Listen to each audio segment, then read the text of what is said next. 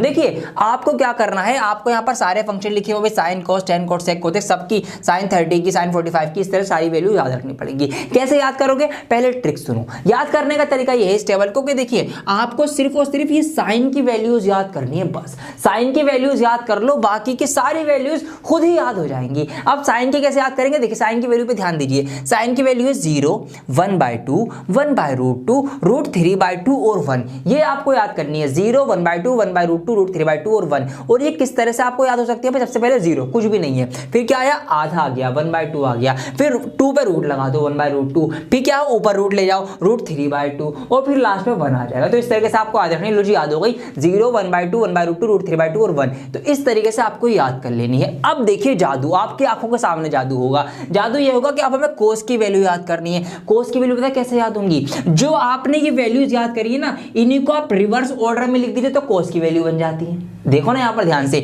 Reverse order मतलब ये है कि भाई ये वैल्यू साइन की क्या है 0, 1/2, 1/√2, √3/2 और 1। अब यहाँ से स्टार्ट कर दो, जो सबसे लास्ट में थी वो सबसे पहले लिख दो कोस की, तो ये आ जाएगा आपका कोस 0 डिग्री। जो उससे पहले थी वो उसके बाद लिख दो, जो बीच में थी वो बीच में ही आ गई, जो उससे पहले थी वो उसके बाद में चली गई, और जो सबसे पहली वैल्यू थी साइन 0 डिग्री की वो सबसे लास्ट में लिख दो तो वो कोस की वैल्यू हो जाएंगी। तो आप देखिए कोस की वैल्यू भी याद हो गई आपको। कोस की क्या रहेंगी 1, √3/2, 1/√2, 1/2 और 0। मतलब इसका आपको उल्टा ऑर्डर लिख देना है, ये आपकी कोस की वैल्यू हो जाएंगी।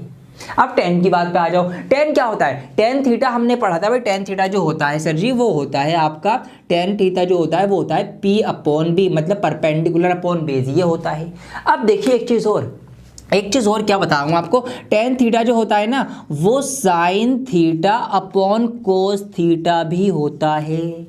कैसे होता है वो भी आपको समझाता हूं, एक एक चीज के पीछे का लॉजिक मैं आपको दूंगा। देखिए साइन थीटा क्या होता है, साइन थीटा होता है P/H। पंडित बद्री प्रसाद याद है ना, भूल गए, याद रखना बहुत कम आएगा। साइन थीटा होता है P/H और कोस थीटा होता है आपका B/H। ठीक है, तो यहाँ पर इसके नीचे भी H है, इसके नीचे भी H है, H से H कट जाएगा तो क्या बचेगा P/B।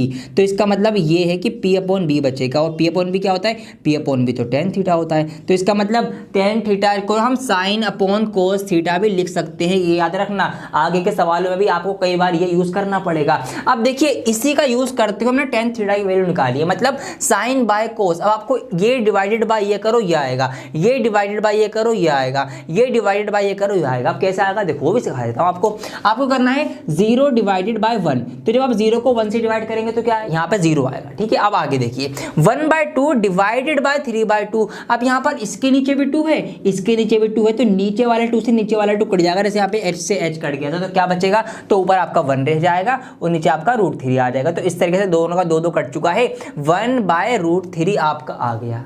ठीक है, ऐसे यहाँ पर आ जाओ, इसके नीचे भी √2 है, इसके नीचे भी √2 है, तो √2 से √2 कट जाएगा और 1 डिवाइडेड बाय 1 क्या होगा भाई, एक को 1 से डिवाइड करेंगे, एक में एक बार जाएगा, ये आ गया एक। आगे आ जाओ, अब यहाँ पर 2 दोनों के नीचे 2 से 2 कट जाएगा तो √3 डिवाइडेड बाय 1, तो यहाँ पर √3 ही आएगा। अब यहाँ पर 1 डिवाइडेड बाय 0 और divided by 0 is not possible, तो यहाँ पर इस वजह से क्या आ जाएगा, ये नॉट डिफाइंड आ जाएगा। तो इस तरीके से हमने क्या करा, हमने साइन अपॉन कोस करके tan की सारी वैल्यूज निकाल ली हैं। अब कोट पर आ जाओ। कोट क्या होता है, tan का उल्टा होता है ना, आपको पता होगा ये। अब ये वाली सारी वैल्यूज का उल्टा कर दो, 4 पाई पलट दो तो कोट की सारी आ जाएंगे। देखिए 0 का उल्टा नॉट डिफाइंड, 1/√3 का उल्टा √3, 1 का उल्टा 1 ही होता है, √3 का उल्टा 1/√3 और नॉट डिफाइंड का उल्टा 0 हो गया। जैसे कि 0 का नॉट डिफाइंड था, ये आपकी कोट की वैल्यू आ गई। सेक की निकालनी है जी, सेक कोस का उल्टा होता है। ठीक है, कोस का उल्टा सेक होता है ना भाई। कोस क्या होता है, कोस होता है आपका B/H, सेक क्या होता है आपका H/B, आपको बता रखा है पहले से मैंने। तो यहाँ पर सेक थीटा क्या होगा, इसका उल्टा, एक का उल्टा एक ही होता है, √3/2 का उल्टा 2/√3, 1/√2 का उल्टा √2 हो जाएगा,